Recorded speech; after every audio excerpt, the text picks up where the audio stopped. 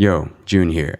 Sorry if I look like a green condom right now. It's not the look I'm going for, but it's 1 a.m. and we got lots of videos to make, so here we are. A few of you asked in a previous video how I get my audio to sound the way it does, so I'm going to break it down into two parts, acquisition and post-processing. Now, to be fully transparent, I'm not that confident in my knowledge of audio. I've watched video after video on YouTube about audio, but I still don't understand a lot of rudimentary things. That being said, I've gotten by and I've found a process that seems to work for me and people like, so that's why I'm sharing this. If you're an expert in the audio field, please feel free to correct me on anything or teach me, and I'll pin it in the comments below, and I apologize in advance. I will say that Podcastage, Curtis Judd, Alex Knickerbocker, Sound Speeds, and a few other channels have been immensely helpful in my own journey, so I highly recommend you go check them out. Part 1. Acquisition. This is probably the most important part when it comes to audio in my experience. If you think of it as a parallel to video, getting things like the exposure and lighting right in camera can determine whether or not you can use the final clip in your edit. Likewise, we want to focus on getting certain things right when recording. The things I focus on include the microphone I'm using, the levels, the way I speak, and listening for any interference or pops. As you're probably aware, the microphone I use is the Shure SM7B, which is arguably an expensive microphone, even when you look at the retail price. When you factor in the need for a high quality preamp, or if you don't have one, a cloud lifter, the price can quickly add up. That being said, it's an industry standard for a reason in anything related to spoken word. For me, I've noticed that it does an incredible job of smoothing out a voice and gives you a nice deep low end while still retaining a lot of the clarity and detail up top. It also seems extremely durable and handles plosives very well. For reference, I'm going to throw in an audio sample recorded into this other camera with the Rode VideoMic Pro Plus, which is a shotgun mic. Hopefully it just kind of gives you a sense of the difference between different mics that you use when you're recording. This inevitably affects how much or how you're going to post-process the audio. I personally like working with the Shure SM7B even though it's in frame, just because of the characteristics of the microphone itself. For levels, I believe people aim for between -12 decibels and -6 decibels, but -12 decibels is the norm. This means that when your voice is at its loudest, such as when you get excited in conversation, laugh, or sigh, it's hitting between those two levels in your audio meters. Setting your levels like this means you'll avoid any sort of clipping, which is the distortion that happens when the audio source is too loud and just not a very pleasant listening experience. As a side note, however, the audio interface I use, the Audient Evo 4, has a smart gain feature which will set the levels for you. You activate the feature and speak into the mic for a short duration, making sure to include your loud portions, and the interface automatically sets it to the correct level. If you want to be extra cautious during acquisition so you don't end up wasting an hour on a recording you can't use, then I'd highly recommend using a good pair of monitoring headphones. There are a number of popular models out there, and of those I've gone with the Audio-Technica M50Xs. With headphones, you can listen to your audio as you record, meaning you can hear if your audio is distorting from being too loud. I also listen to the way I'm speaking with my headphones on. I know my final output is going to be a video and I make tons of mistakes, which means I'm going to be doing a lot of cutting in between different takes.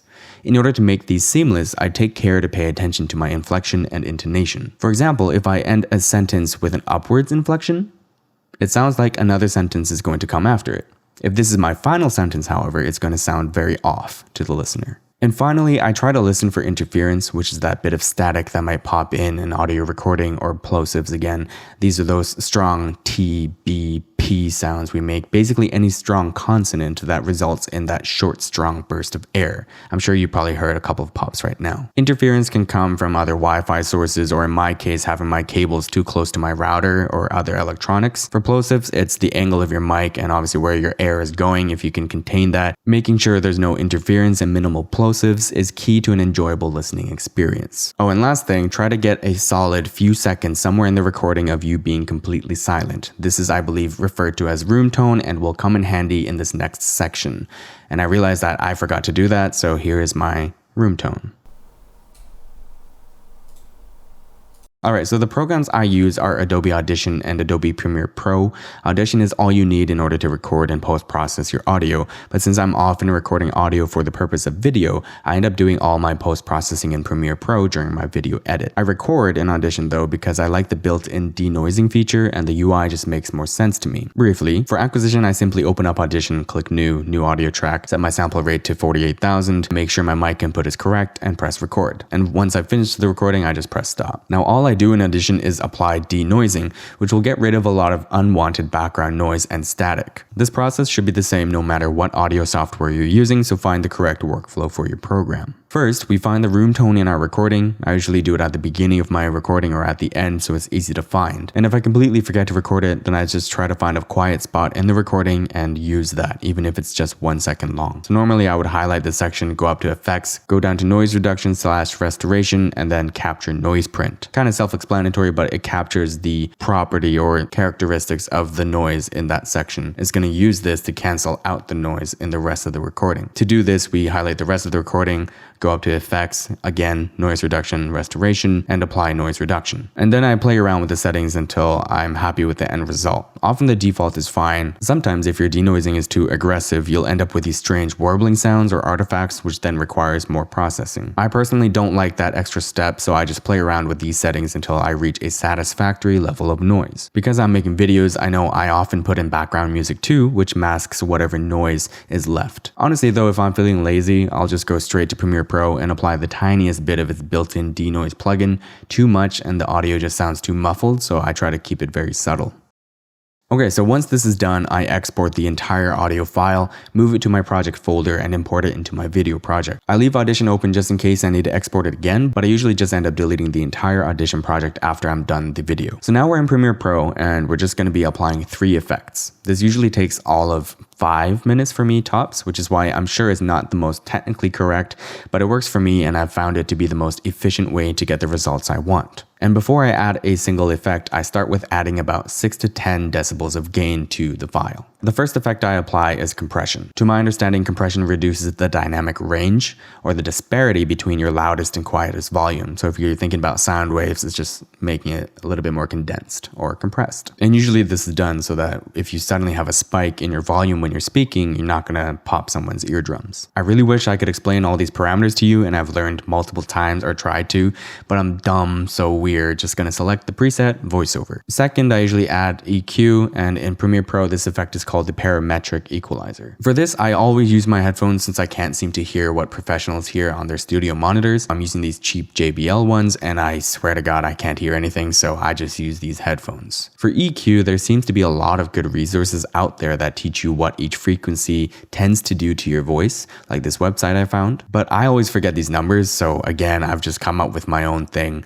Please feel free to disregard this section though and refer to those cheat sheets instead. But for the sake of the video, here's what I do. I begin by getting rid of frequencies under 90 Hz. I vaguely recall that anything below 100 Hz or 120 Hz is useless when you're editing spoken word. Could be wrong, but anyways, I get rid of anything under 90. I also get rid of frequencies above 15,000 Hz if it sounds good to my ear. Sometimes I don't do this because I think you're not supposed to. There's a number out there somewhere, but I can't seem to find it. When I do this though, I feel like it softens out that top end a bit. Next, I usually go to the mids with reduction in mind rather than boosting. Basically, I just want to take out frequencies that I think sound bad to my ear. The bulk of this is the low end since I don't want it to sound muddy. I've seen somebody suggesting boosting 120 Hz by 3 or 6 decibels, but this made my voice sound too boomy.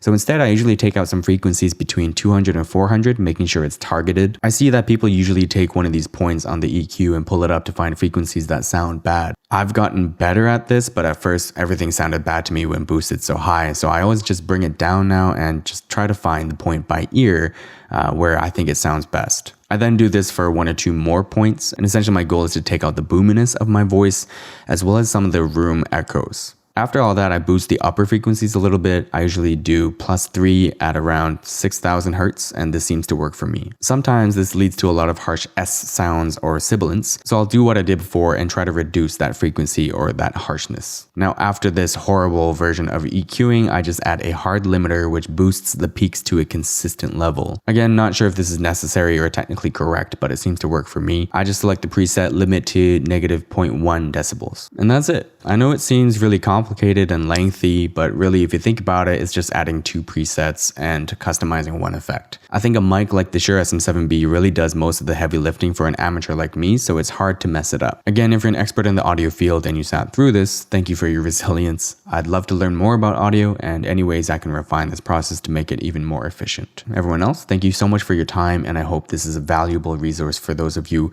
who are like me last year or even now with a very limited understanding of processing spoken word audio. Thanks again for your time. Be healthy. Bye.